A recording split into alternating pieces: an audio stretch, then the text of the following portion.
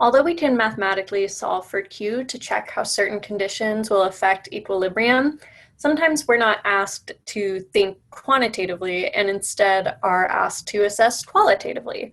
Le Chatlier put it this way: a system that is stressed will respond in an attempt to relieve that stress. I'm going to refer a lot to chemical systems as happy or unhappy throughout this course. So just to be clear here, I say that a reaction at equilibrium is happy, and a reaction at its lowest, most relaxed energy state is also happy. In a way, those two definitions are the same, but we'll learn more about that in the thermodynamics videos. But back to Le Chatelier's principle. A system that is stressed and therefore unhappy will react in a way that moves it towards happiness. So what is defined as stress here?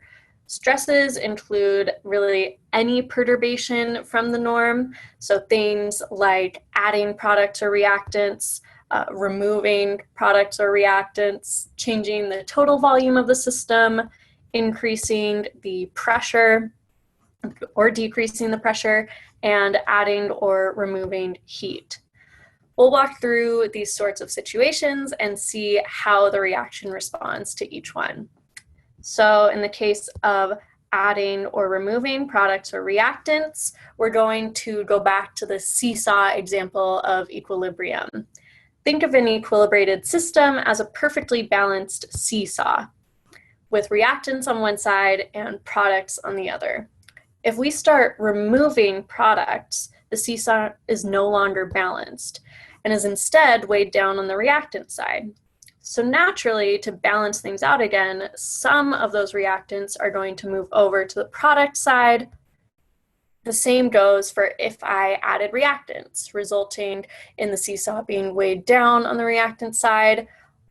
In all of these cases, always consider how these changes affect the ratio of products to reactants.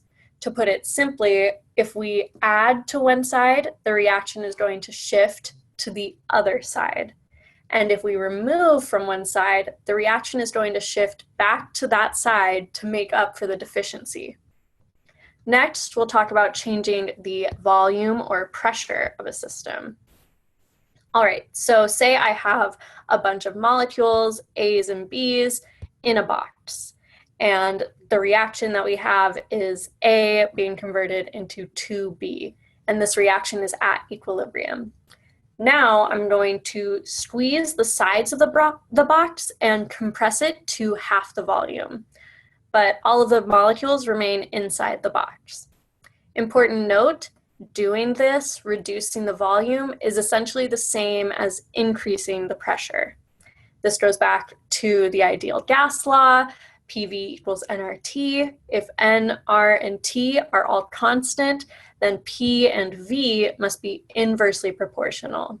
So when we compress this box, the molecules are in much closer proximity, and as a result, they're bumping into each other a lot more than before.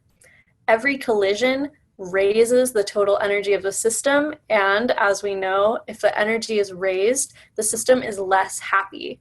As a way that the system can respond then is to have less total molecules overall. Less molecules equals less collisions. With the reaction we have then, the system will shift towards the reactants, as that has a lower stoichiometric total for gases. Likewise, the opposite is true in the reverse scenario.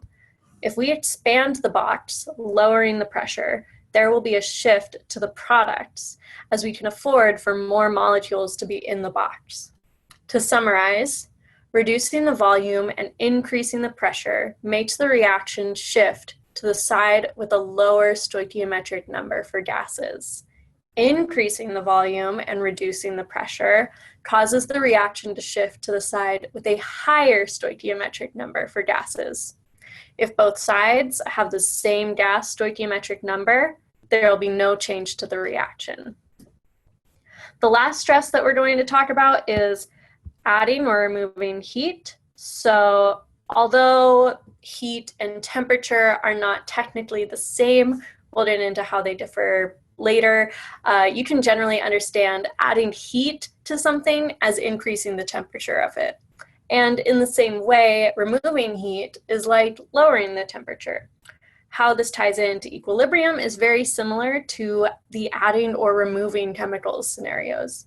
You've learned in previous quarters about standard enthalpy change, or delta H naught, for a given reaction. If delta H naught is positive, the reaction is endothermic, meaning the reaction takes in heat to proceed. And if delta H naught is negative, it's exothermic, so it releases heat. So in a way, we can think of heat as a reactant in the endothermic cases and as a product in the exothermic reactions.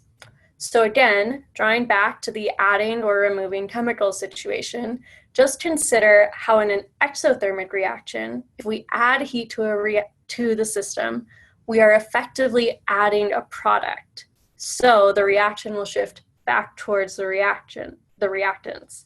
And as is true in most always, vice versa. So in short, heat is a reactant when delta H naught is positive, and is a product when delta H naught is negative. Overall, always consider the basic principle of what Le Chatelier studied.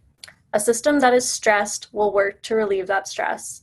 If the balance of equilibrium is thrown off, the reaction will proceed in the direction that returns balance.